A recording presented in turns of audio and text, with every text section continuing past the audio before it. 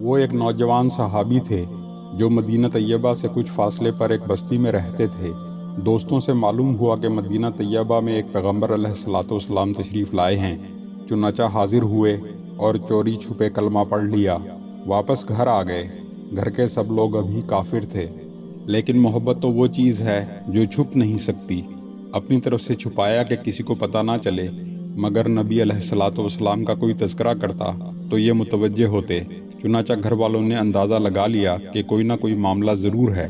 ایک دن چچا نے پوچھا، بتاؤ بھائی، کلمہ پڑھ لیا ہے؟ فرمانے لگے، جی ہاں۔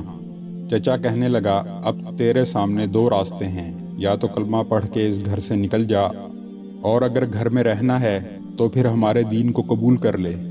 چنانچہ ایک ہی لمحے میں فیصلہ کر لیا۔ فرمایا، میں گھر تو چھوڑ سکتا ہوں، لیکن اللہ کے دین کو نہیں چھوڑ سکتا۔ چچا نے مارا پیٹا بھی صحیح، اور جاتے ہوئے جسم کے کپڑے بھی اتار لیے۔ جسم پر بالکل کوئی کپڑا نہ تھا۔ ماں بالآخر ماں تھی، شوہر کی وجہ سے کچھ ظاہر میں تو نہ کہہ سکی، لیکن چھپ کر اپنی چادر پکڑا دی کہ بیٹا سطر چھپا لینا۔ وہ چادر لے کر باہر نکلے تو اس کے دو ٹکڑے کیے، ایک سے سطر چھپا لیا اور دوسری اوپر اوڑھ لی۔ اسی لیے ذوالبجادین یعنی دو چادروں والے مشہور ہو گئے۔ اب کہاں گئے؟ جہاں سودا کر چکے تھے۔ قدم بے اختیار مدینہ طیبہ کی طرف بڑھ رہے ہیں۔ رات کا سفر کر کے صبح نبی کریم صلی اللہ علیہ وآلہ وسلم کی خدمت اقدس میں حاضر ہوئے۔ نبی کریم صلی اللہ علیہ وآلہ وسلم نے دیکھا تو چہرے پر عجیب خوشی کی کیفیت ظاہر ہوئی۔ صحابہ کرام رضوان اللہ علیہم اجمعین متوجہ ہوئے کہ یہ کون آیا ہے کہ جس کو دیکھ کر اللہ کے محبوب صلی اللہ علیہ وآلہ وسلم کا چہرہ یوں تمتما اٹھا ہے۔ یہ حاضر خدمت ہوئے اور عرض کیا کہ اے اللہ کے نبی صلی اللہ علیہ وآلہ وسلم، سب کچھ چھوڑ چکا ہوں، اب آپ صلی اللہ علیہ وآلہ وسلم کے قدموں میں حاضر ہوں۔ چنانچہ اصحاب صفہ میں شامل ہو گئے اور وہیں رہنا شروع کر دیا۔ چونکہ قربانی بہت بڑی دی تھی، محبت الہی میں اپنا سب کچھ داؤ پر لگا دیا تھا، اس لیے اس کا بدلہ بھی ایسا ہی ملنا چاہیے تھا۔ چنانچہ ان کو ایسی کیفیات حاصل تھیں کہ محبت الہی میں بعض اوقات جذب میں آ جاتے۔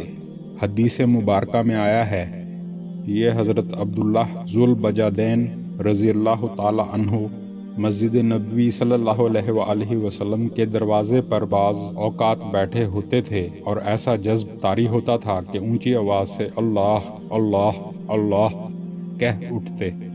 حضرت عمر رضی اللہ تعالیٰ عنہ نے دیکھا تو انہوں نے ڈانٹا کہ کیا کرتا ہے۔ یہ سن کر نبی اکرم صلی اللہ علیہ وآلہ وسلم نے فرمایا، عمر، عبداللہ کو کچھ نہ کہو، یہ جو کچھ کر رہا ہے اخلاص سے کر رہا ہے۔ کچھ عرصہ گزرا، نبی کریم صلی اللہ علیہ وآلہ وسلم ایک غزوہ میں تشریف لے گئے۔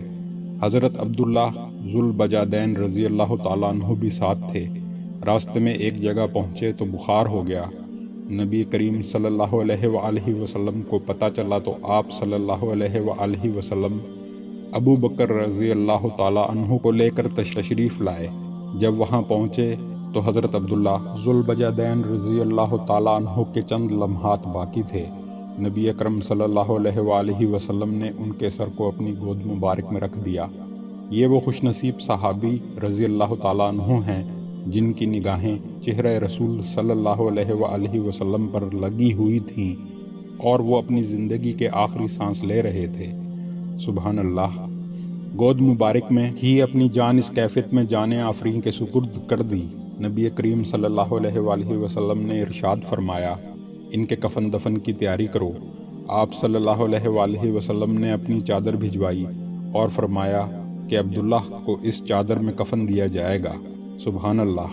واہ اللہ، تو بھی کتنا قدردان ہے کہ جس بدن کو تیری راہ میں ننگا کیا گیا تھا، آج اس بدن کو تو اپنے محبوب صلی اللہ علیہ وآلہ وسلم کی کملی میں چھپا رہا ہے۔ سبحان اللہ۔ سودا تو کر کے دیکھیں، پھر دیکھیں اللہ رب العزت کیسی قدردانی فرماتے ہیں۔ ہم لوگ ہی بے قدرے ہیں کہ اللہ تعالیٰ کو بھی قرآن مجید میں کہنا پڑا مفہوم، اور انہوں نے اللہ تعالیٰ کی قدر نہیں کی جیسی کرنی چاہیے تھی۔ خود نبی اکرم صلی اللہ علیہ وآلہ وسلم نے ان کا جنازہ پڑھایا، پھر جنازہ لے کر قبرستان کی طرف چلے۔ شریعت کا مسئلہ یہ ہے کہ جو آدمی میت کا سب سے زیادہ قریبی ہو تو وہ قبر میں اس کو اتارنے کے لیے اترے۔ اس وقت ابو بکر رضی اللہ تعالیٰ عنہ اور عمر رضی اللہ تعالیٰ عنہ بھی کھڑے تھے۔ نبی علیہ الصلوۃ والسلام نے خود قبر میں اتر کر فرمایا، اپنے بھائی کو پکڑا دو مگر ان کے ادب کا خیال رکھنا۔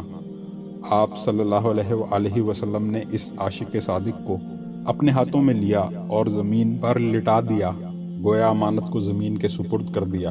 حدیث مبارک کا مفہوم ہے کہ اللہ کے محبوب صلی اللہ علیہ وآلہ وسلم نے جب ان کو زمین پر رکھا تو آپ صلی اللہ علیہ وآلہ وسلم نے ارشاد فرمایا، اے اللہ، میں عبداللہ سے راضی ہوں، تو بھی اس سے راضی ہو جا۔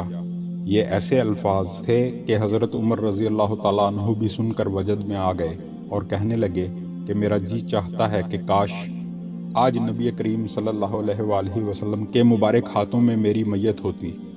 دیکھا، محنت، مجاہدہ اور قربانی کرنے والوں کو اللہ رب العزت یوں بدلہ دیا کرتے ہیں۔ آپ سوچئے کہ جو آقا اپنے کمزور بندوں کو حکم ارشاد فرماتا ہے کہ نیکی کا بدلہ کیا ہے مگر نیکی، تو اگر کوئی اس کے لیے قربانیاں دے تو کیا اللہ رب العزت قدردانی نہیں فرمائیں گے؟ ضرور فرمائیں گے۔ سبحان اللہ۔